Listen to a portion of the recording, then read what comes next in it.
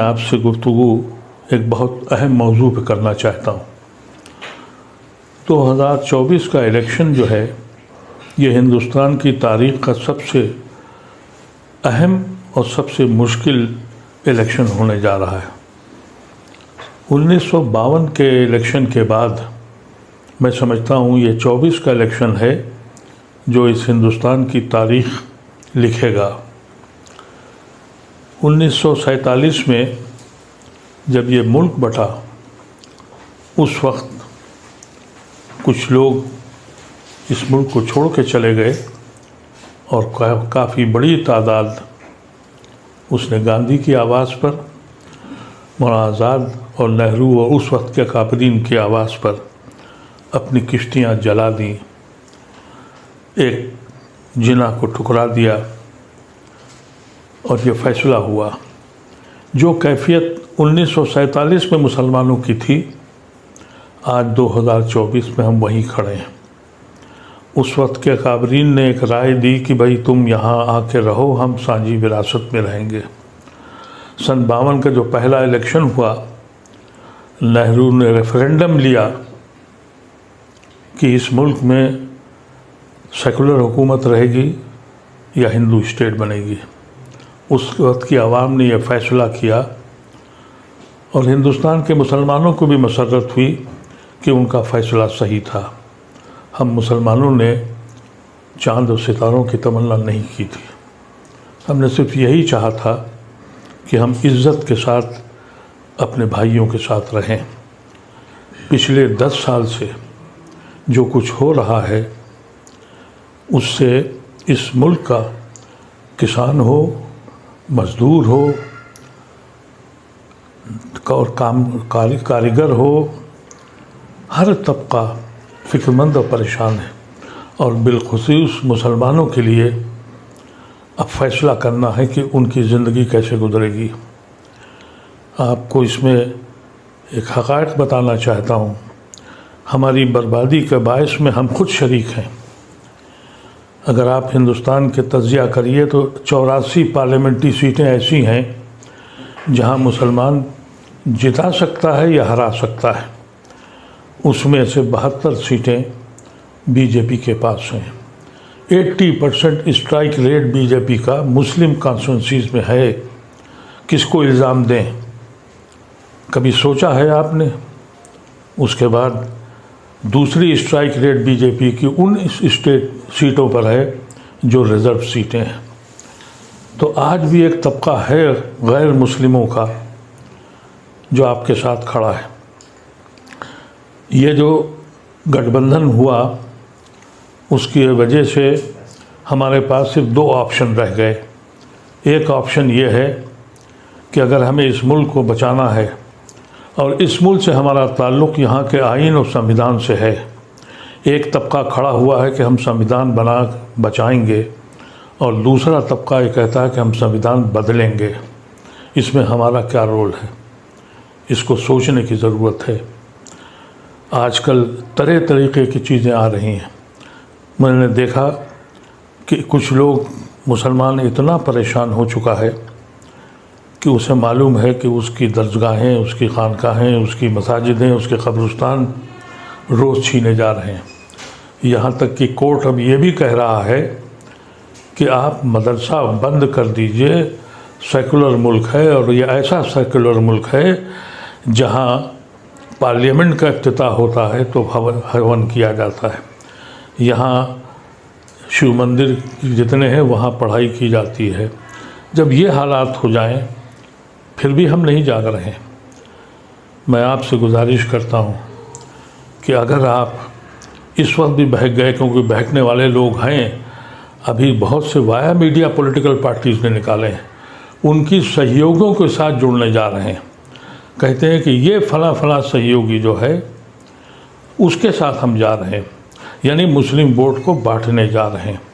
ये बात कब आपकी समझ में आएगी कि वो इलाके जहां आप जिता सकते हैं और हरा सकते हैं। और 4 जून को इस मुल्क का फ़ैसला होगा और आपके मुस्तक़बिल का फ़ैसला होगा। मैं आपसे मुतमइनाना ख्वाहिश करता हूँ, सोचना शुरू कीजिए। कभी सोचिए आप कि हम गुनहगार हैं या नहीं हैं, हम कहाँ खड़े हैं। कभी हम इनके भाइयों की हैसियत से हिंदुस्तान में रहते थे, आज उसी दर पे गुनहगारों की तरह बैठे हैं। सुबह और शाम हमको ये बताना पड़ता है कि हम देशभक्त हैं, देशद्रोही नहीं हैं। इतना सब होने के बाद भी मुसलमान सोच नहीं पा रहा है। और कुछ लोग हैं जो कहते हैं कि हम पासमंदा हैं और फलाना अशराफ है। जाके देखिए उन अशराफ की कोठियों को और उनकी हवेलियों को, जो जिन खंडरात में अब कबूतर के बसेरे हो रहे हैं। ये कभी देखा आपने? हुकूकत यह है कि पूरी मुस्लिम कौम पासमानदा है।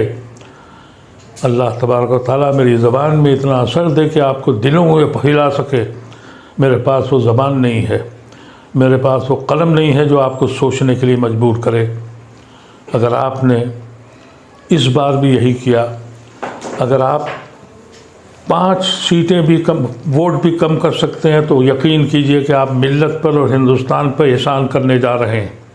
हमारा ताल्लुक़ इस मुल्क में हिंदुस्तान से सिर्फ़ आइन के साथ है। अगर आइन छीन गया, और जो छीना जा रहा है और एलानिया कहा जा रहा है, फिर भी समझ में नहीं आ रहा है। फिर भी कुछ लोग कहते ये हैं कि फलाने का वोट है, फलाने का वोट है। इस वक्त हमारे पास सिर्फ 2 ही ऑप्शन है। एक ऑप्शन ये है कि हम उन लोगों के साथ जाएं जिन्होंने आइन को बचाने की कोशिश की है, और उन लोगों की मुखालफत करें जिन्होंने हमें धोखा दिया है और जिन्होंने अपने मकसद के तहत जाके एनडीए के साथ गए हैं। इन लोगों को ख़ास तौर से आप अंदाज़ा कर लें कि इनके ख़िलाफ़ आप मुत्तहिद हो जाएं। अगर आप अपनी 84 सीटों में से 50 और 60 सीटें भी कम कर सकते हैं, तो ये मुल्क भी बच जाएगा और आप भी बच जाएंगे। अगर आपकी बात मेरी समझ में आ जाए तो खुदारा अपने साथियों से कहिए, उन तक पैगाम पहुंचाइए। यकीन कीजिए कि अगर आपने 5 वोट भी कम कर दिए तो ये कार खैर है, ये हमारा मुल्क बच जाएगा। मेरा दीन भी कहता है कि जालिमों के हाथ रोको, तलवारों से अब नहीं रोक सकते, वोट से रोक सकते हैं। एक जालिम जिन्होंने इस मुल्क को, ज़मीन को जहन्नुम बना दिया, और हम अपने घरों पर बैठे हुए हैं। अब बैठने की ज़रूरत नहीं है। अब सिर्फ ये फ़ैसला कीजिए, कोई हो, अगर ये जीत गए तो जो लोग आपके साथ हैं ये भी हमको किस्मत के हवाले करके छोड़ जाएंगे। कितने छोड़ गए, कुछ तो दौलत की लालच में, कुछ खौफ की लालच में।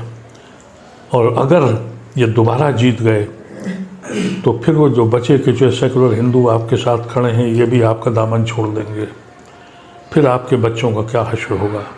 और अगर आप जीत गए, इनको रोक लिया आपने, तो आपका वक़ार बुलंद हो जाएगा। आज आपकी हैसियत क्या है? कोई पॉलिटिकल पार्टी आपको घास नहीं डालती, आपको बुलाती नहीं है।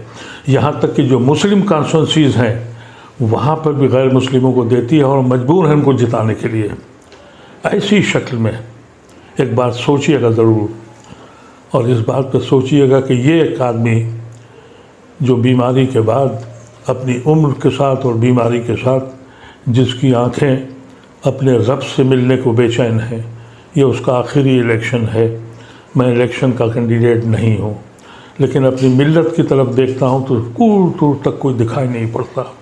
सारे इख्तलाफात छोड़ दीजिए, सारी जमातें छोड़ दीजिए, अशराफ और पासमानदा छोड़ दीजिए। सिर्फ़ एक फ़ैसला कीजिए कि इस मुल्क के कानून को, इस मुल्क के आइन को बचा लीजिए। हमारे बुज़ुर्गों ने इसी आइन की रोशनी में हमने अपने मुल्क को, एक मुस्लिम मुल्क को छोड़ दिया था।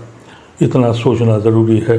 बहुत बहुत शुक्रिया। अगर आप मेरी आवाज़ से आप मुतमईन हो तो खुदारा अपने आवाज़ को दूसरों तक पहुंचा दीजिए और इस पर सोचिएगा, सोचिए और फ़िक्र कीजिए और अमल कीजिए। बहुत बहुत शुक्रिया।